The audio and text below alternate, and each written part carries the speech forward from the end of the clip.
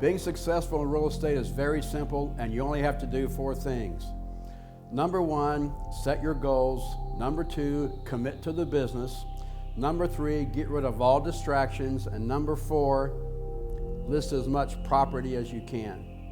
Now, how do you do that? Well, if you don't know how to do that, you need a coach. The best athletes in the world have a coach. The most highly successful, well-paid CEOs in the country have mentors they credit for their success. No one succeeds alone. The Real Estate Business School specializes in teaching agents not just how to get a license, but how to use it. Take our mentoring program, and we'll teach you what we've been teaching people for over 32 years. How to get rich in real estate and have a life. Thank you.